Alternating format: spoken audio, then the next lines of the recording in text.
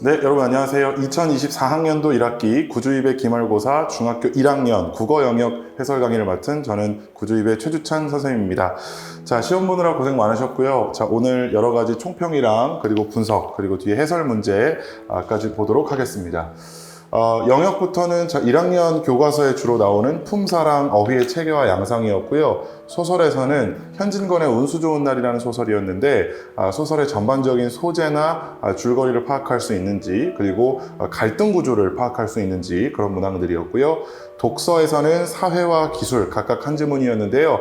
사회 영역에서는 비교적 평이한 지문이었고요. 기술은 조금 여러분이 까다롭다고 느낄 수 있을 법한 지문이었습니다. 그리고 기타 한자성어라든지 그리고 어휘와 관련된 그런 기초 수준의 문제들이 출제되었다고 볼 수 있겠습니다.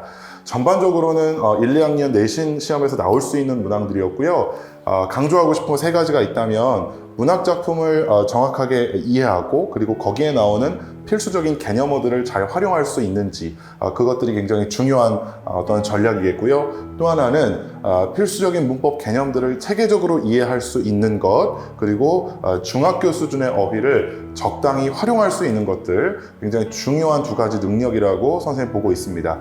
그래서 이번 곧 있으면 여름방학이잖아요. 여름방학에 꼭 여러분이 해야 할 것이 있다면 국어에서는 1, 2학년에 나오는 문법 개념 정도, 예를 들어서 품사라든지 그 뒤에 한글 창제 원리, 그리고 표준 발음법, 이런 것들은 꼭 이 기간에 정리를 해 두어야 뒤에 내신 대비할 때도 여러분 수월하게 할 수 있을 것 같고요. 그리고 독해력이 그렇게 한순간에 여러분 성장하는 게 아니니까 매일매일이라도, 매일매일은 아니더라도 일주일에 날을 정해놓고 꼭 지문 읽는 연습을 했으면 좋겠습니다. 자, 바로 이제 우리 2번 문제부터 보겠습니다. 자, 보기에 기억, 니은에 대한 설명으로 적절하지 않은 것이라고 했는데요. 자, 기억은 학생이라는 체온을 꾸미고 있으니까 기억은 관형사가 되겠고요. 자, 그리고 니은은 빨리 나가다라는 용언을 꾸미고 있으니까 부사가 되겠죠. 그래서 기억과 니은은 어쨌든 묶어보면 수식어이 될 겁니다. 자, 그래서 수식어에 대해서 이해하는 문제인데요. 자, 1번 수식어는 불변어니까 형태가 바뀌지 않겠지요. 자, 2번 기억과 니은은 다른다면 꾸며주는 거 맞고요. 그 다음 3번 보겠습니다. 관형사는 주로 체언을 꾸며주고 중요한 특징이, 그렇죠, 조사가 붙을 수 없다고 했습니다. 자, 부사 뒤에는 가끔 보조사가 붙기도 하는데요. 관형사는 결코 조사가 붙을 수 없다고 했으니까 맞고요. 4번 기억은 가끔 문장 전체를 꾸며주는 게 아니라 부사가 문장 전체를 꾸며줄 수 있다 그랬죠? 그 답은 여러분 4번이라고 고를 수 있겠습니다. 자, 5번도 부사에 대한 설명으로 적절하겠지요. 자, 그 다음 문제는 비슷하게 수식어과 관련된 문제인데, 자, 보기에서 설명하는 품사가 수식어이죠. 자, 다른 단어로 꾸며주면서 형태가 변하지 않는 건 수식어이었고요. 방금 우리가 살펴본 것처럼 관형사와 부사가 있었죠. 그럼 여러분 1번부터 5번 선택지 중에 관형사와 부사의 개수를 세는 건데, 1번에는 자, 이가 하나 있고요. 그리고 너무가 하나 있죠. 이는 책을 꾸며주는 관형사, 특히 지시관형사라 그랬죠. 그리고 너무는 어렵다라는 용언을 꾸며주는 부사고요. 2번에는 자, 어느와 갑자기가 있겠죠. 어느는 나를 꾸며주는 관형사, 갑자기는 나타나다라는 용언을 꾸며주는 부사겠고, 3번에는 자, 3번에 드디어 하나밖에 없어요. 자, 근데 여기서 그리더니나 나의 이런 걸 고르면 안 됩니다. 왜냐하면 그리더니나 나의는 분명히 뒤에 있는 집을 이라는 체언을 꾸며주고 있긴 하지만 이때는 수식언을 고르는 겁니다. 자, 그리던과 나의는 각각 관형어겠죠. 문장 성분상으로는 관형사처럼 기능할 수 있지만 품사는 관형사가 아니라 그리다니까 동사, 그리고 나의니까 명사와 조사가 되겠죠. 그래서 나중에 여러분 3학년 때 가면 문장 성분과 품사를 구분하는 것도 굉장히 중요하고요. 4번에서는 그렇죠, 새 하나 있고요. 옷을 꾸며주는 관형사입니다. 그리고 빨리, 갔다를 꾸며주는 부사. 그래서 1번, 2번, 4번은 2개, 3번은 1개고요. 5번은 좀 숫자가 많네요. 자, 5번은 하나 있고요. 그 다음 뚜벅뚜벅 하나 있고요. 그리고 생긋 있겠죠. 여기서 실수할 법한 게 한을 수사라고 세면 안 된다 그랬죠. 수사는 체언에 속해 있어서 명사처럼 기능하지만 숫자를 표시하더라도 뒤에 있는 명사를 꾸며주는 건 수관형사라고 했습니다. 그리고 뚜벅뚜벅과 생긋은 각각 용언을 꾸며주는 부사가 되겠죠. 그래서 수식어이 가장 많이 쓰인 문장 3개가 쓰인 5번을 골라주면 되겠습니다. 자, 6번 문제에서는 어휘의 체계와 양상 중에서 한자어와 고유어의 통사적, 의미적 차이를 구별하는 거였는데요. 조금 어려운 문제였습니다.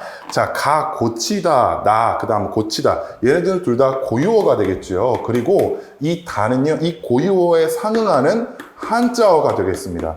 자, 그랬을 때 적절하지 않은 것 골라보면 1번. 자, 가, 고치다는 이 상황에 따라 여러 가지 의미로 쓸 수 있겠고요. 2번. 나의 의미는 목적에 의해서 제한적으로 해석되죠.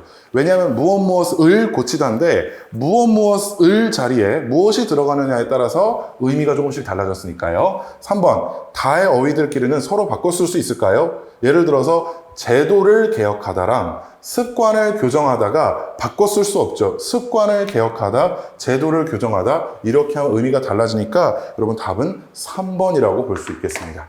4번, 다는 문장에서 가로 바꿔 쓰는 건 괜찮죠. 예를 들어서 개혁하다를 고치다로 바꾸는 건 문제가 없겠죠. 그 다음 5번, 다는 가에 비해 세분화된 의미, 그렇죠. 고유어에 비해 한자어가 좀 더 추상적이고 세부적인 의미를 가질 수 있다고 했으니까 여러분 6번의 답은 3번으로 고를 수 있겠습니다. 그래서 고유어와 한자어의 특징과 그 문장 속에서의 기능과 의미를 파악하는 문제가 됐겠고요.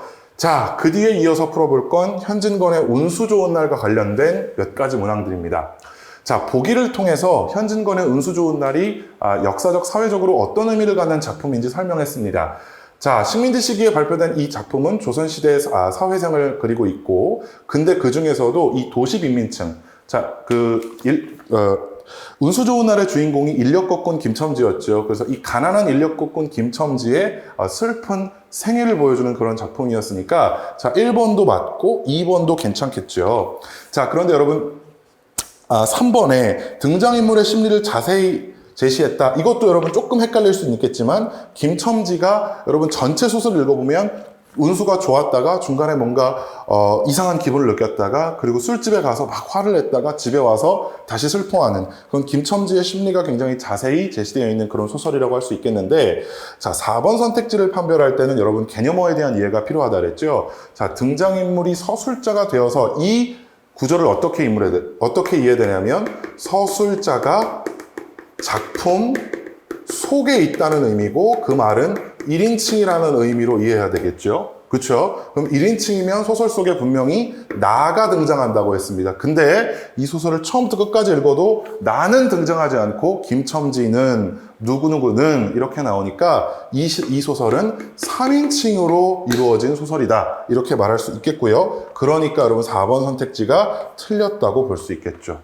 이 소설에 나가 나오는지 그러니까 1인칭인지 아닌지를 판단하는 그런 문제였고 여러분 4번 같은 문제를 정확하게 풀기 위해서는 서술자, 주인공, 시점 이와 관련된 개념 어휘들을 잘 알고 있어야겠죠. 그래서 8번 문제는 여러분이 서술자와 시점에 관련된 개념을 잘 이해하고 있는지 물어보는 문제였고 답은 4번이 되겠습니다.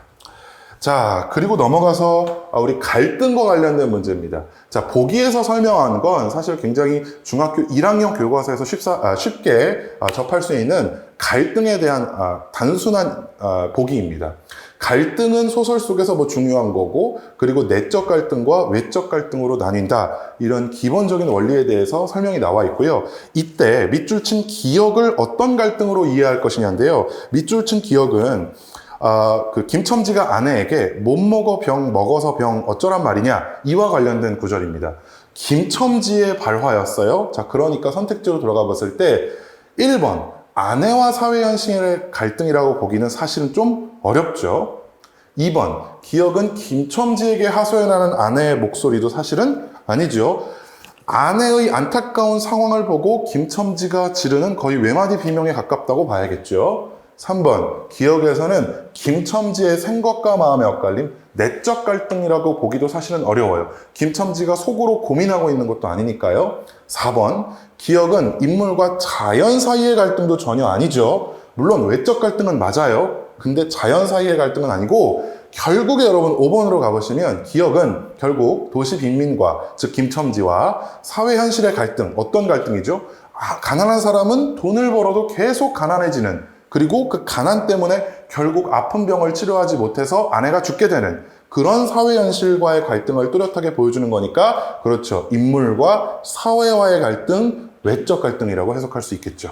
그렇죠? 그래서 여러분 기억 같은 부분을 이 보기를 바탕으로 해서 어떻게 판단할 수 있는지 물어보는 문항이니까요. 여러분 9번의 답은 5번이라고 볼 수 있겠습니다. 특히 여러분 9번 같은 문항들, 그리고 우리가 방금 살펴본 8번 같은 문항들은 단순히 개념이나 작품을 꼼꼼하게 작품을 단순히 암기한다고 해결되는 게 아니라 자신이 이해한 작품과 그리고 자신이 알고 있는 개념어를 그 자리에서 시험 문제를 통해서 생각할 수 있는지 물어보는 문항이라고 볼 수 있겠습니다. 자, 이제 13번으로 가서요. 13번의 보기도 아주 평범한 내용이에요. 이 작품의 제목 운수 좋은 날은 사실 여러분 어떤 표현이죠? 그렇죠. 반어적 표현이 되겠습니다. 반어적 표현은 한마디로 얘기해서 사실과 반대로 얘기해서 강조하는 거예요. 그러니까 운수 좋은 날은 운수가 아주 나쁜 날을 의미하는 거고, 운수가 아주 나쁜 날은 뭐였죠? 그렇죠. 내가 돈을 많이 벌어서 운수 좋았지만 결국 아내가 죽어서 운수가 나쁜 날인 게 되겠습니다. 그랬을 때 여러분 1번부터 5번 중에 반어적인 표현을 찾아보면 되겠죠. 자, 1번부터 보겠습니다. 길이 끝나는 곳에 길이 있다. 여러분, 길이 끝나는 곳에 길이 있다는 사실 논리적으로 말이 안 되죠. 이런 표현을 논리적인 모순을 가지고 그 내의 새로운 진리나 진실을 표현하는 것을 역설이라고 했습니다. 그래서 여러분 1번은 역설이겠지요. 2번은 반어도 아니고 역설도 아니고 뭐뭐 같으니까 뭐 직유법 정도로 볼 수 있겠고요. 3번, 친구랑 다툰 날 내가 흘린 이런 부분. 작고도 큰 눈물. 여러분, 작으면서 동시에 크다. 이것은 형용 모순 두 가지가 동시에 올 수 없는 거죠. 그래서 얘도 역설적인 표현이라고 볼 수 있겠고요. 자, 5번부터 볼까요? 분부나 낙화, 결별이 이룩하는 축복. 결별은 굉장히 부정적인 이별인데 그것을 축복이라고 했으니까 이것도 논리적인 모순이 있는 역설법이라고 볼 수 있겠죠. 그래서 여러분 1번과 3번과 5번 선택지는 다 역설법이고요. 다만 여러분 4번 선택지 보시면 나보기가 싫어서 떠나실 때에는 난 눈물을 흘리지 않겠어요. 눈물을 흘리지 않은 건 겉으로 봤을 때 모순점은 있어요, 없어요? 그렇죠, 없죠. 그러나 사랑하는 당신이 나를 떠날 때 눈물을 흘리지 않겠다는 반대로 표현한 거겠죠. 난 당신을 사랑해서 눈물을 흘릴 건데 반대로 표현해서 나의 슬픔을 강조하는 표현이니까 여러분 13번에 반어적 표현이 쓰인 것은 4번이라고 고를 수 있겠습니다. 자, 그래서 이건 역설과 반어 표현을 여러분들이 어느 정도 이해할 수 있는지 물어보는 문항이었습니다. 자, 그래서 여기까지가 여러분 문법이랑 문학 몇 가지 문항 살펴봤고요. 마지막으로는 우리 맨 끝에 있었던 지문 인식과 관련된 과학기술 지문을 하나 읽어보겠습니다. 여러분 사실 이 지문도 그렇게 어렵다고 보기는 어려웠어요. 왜냐하면 실제로 제시된 그림 뒤에 나오는 여러분 홍채 동공 그림이나 아니면 지문의 길이 때문에 좀 압박감을 느꼈을 수는 있겠지만 실제로 구조는 단순합니다. 자, 지문이 뭔지는 알죠? 근데 지문에는 여기 보시면 솟아오른 부분을 뭐라고 한대요? 그렇죠. 융선이라고 하고, 그리고 파인 부분을 골이라고 한대요. 자, 그리고 이 지문은 늘 사람마다 다르기 때문에 모양이 변하지 않고 신원을 확인하기 위한 생체 정보로 사용된대요. 노트북이나 핸드폰 지문 인식 시스템 있는 거 알고 있죠? 자, 근데 여러분 지문 인식 시스템은 미리 등록한 지문과 신원 판단을 위해 조회한 지문이 동일한지 판단함으로써 신원을 확인하는 거 너무 쉽죠? 그런데 지문을 등록하거나 조회하기 위해서는 당연히 지문을 읽을 수 있는 입력장치가 있어야겠고, 입력장치에서는 뭘 읽는다고 했냐면 융선과 골에 대해서 읽는다고 했습니다.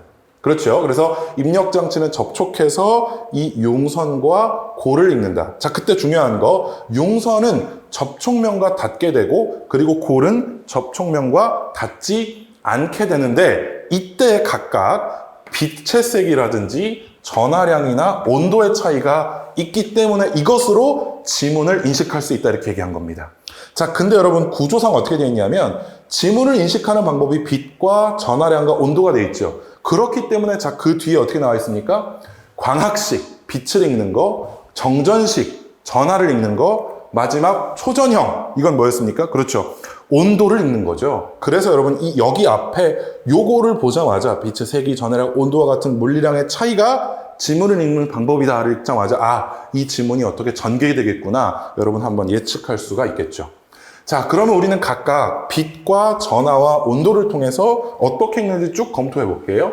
자, 광학식 지문 입력장치는 조명장치, 프리즘 이미지 센서로 구성되어 있고요. 자, 이때 융선 부분은 막을 형성해서 융선 부분은 어떻게 된대요? 융선 부분은 그렇죠. 약해진 상태로 이미지 센서에 전달됩니다. 그러나 골 부분은 빛이 꺾이거나 흩어지지 않고 반사되어 센서에 도달한대요. 즉, 여러분 광학식, 빛을 이용하는 것에서는 어디를 정확하게 인식한다? 그렇죠. 골 부분에서 빛이 꺾이지 않고 센서에 도달하게 된다. 이렇게 얘기했습니다. 무슨 얘기인지 알겠습니까?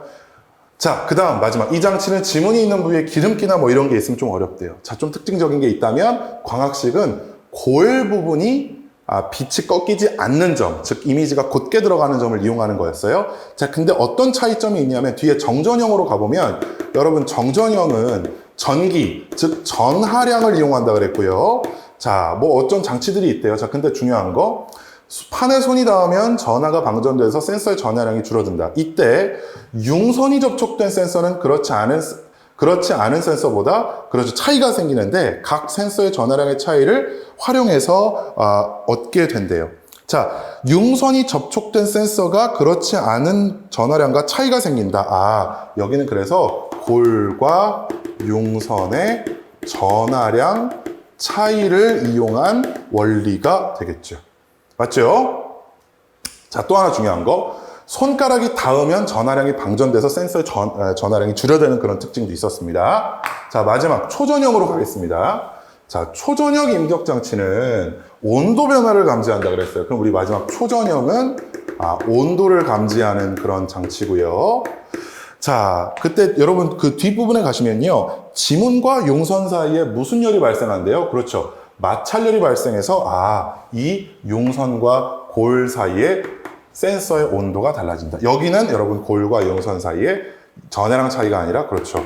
온도 차이를 이용해서 확인하는 게 되겠죠. 여러분 이렇게만 보면 지문의 구조에 대해서 설명하고 그 지문의 구조의 차이를 이용해서 빛과 전하와 온도를 통해서 어떤 식으로 지문을 입력하는지 각각 이야기했습니다. 자, 그 다음 마지막 단락입니다.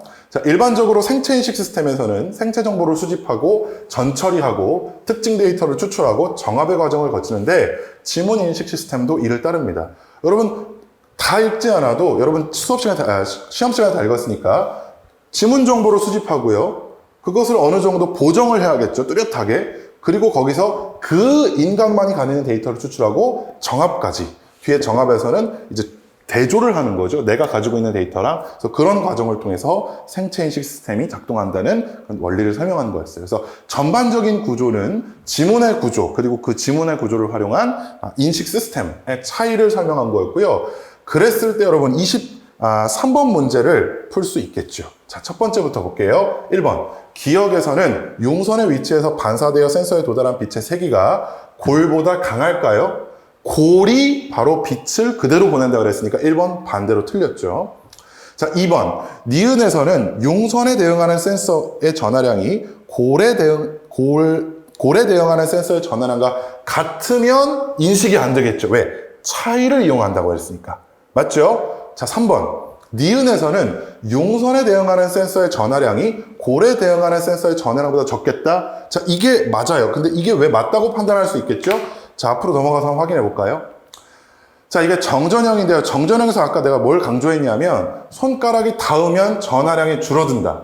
근데 융선이 접촉된 센서와 그렇지 않은 센서의 전하량의 차이가 생긴다. 그랬을 때 어디가 접촉할까요? 그렇죠. 튀어나와 있는 융선이 접촉하겠죠. 따라서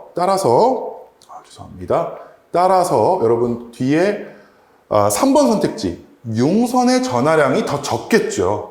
무슨 얘기인지 알겠습니까? 그래서 이 차이인데 손이 닿으면 전하가 떨어진다고 했으니까 여러분 답은 3번이 되겠고요.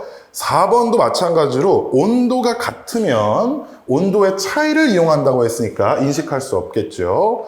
마지막 5번. 용선에 대응하는 센서의 온도가 골에 대응하는 센서의 온도보다 낮다? 이것도 적절하지 않죠. 왜냐하면 여러분 여기서 봤을 때 온도가 변한다. 근데 마찰열이 발생해서 온도가 달라진다. 근데 여러분 접촉하는 건 골이에요, 용선이에요? 그렇죠. 융선이죠. 그랬을 때 여러분 융선에 대응하는 센서의 온도가 골보다 높다라고 판단해야 정확하게 되겠죠. 그래서 여러분 23번 좀 어려웠을 겁니다. 근데 답은 3번이라고 고를 수 있겠고요. 자, 마지막 여러분 24번 문항 살펴보고 마칠 텐데요. 24번은 홍채의 구조에 대해서 설명했고요. 지문의 마지막에서 인체 정보를 수집해서 인식 시스템을 만드는 원리, 일반적인 원리를 설명했고, 그에 따라 홍채 인식 시스템을 설계한다고 할 때 어떻게 설계할 수 있는지 물어봤습니다. 여러분 1번부터 볼까요? 1번. 생체 정보 수집할 때는 홍채가 각막에 둘러싸여 있으므로 지문과는, 그렇죠, 홍채를 댈 수는 없겠죠. 1번 좋아요.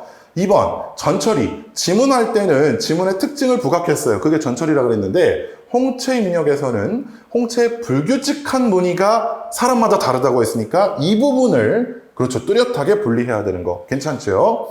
그 다음 3번, 전처리에서 지문 입력 시스템에서 지문 특징이 부각되도록 보정하듯이 홍채에서는 똑같아요. 그렇죠. 불규칙한 무늬가 선명하게. 이것도 여러분 맞겠죠?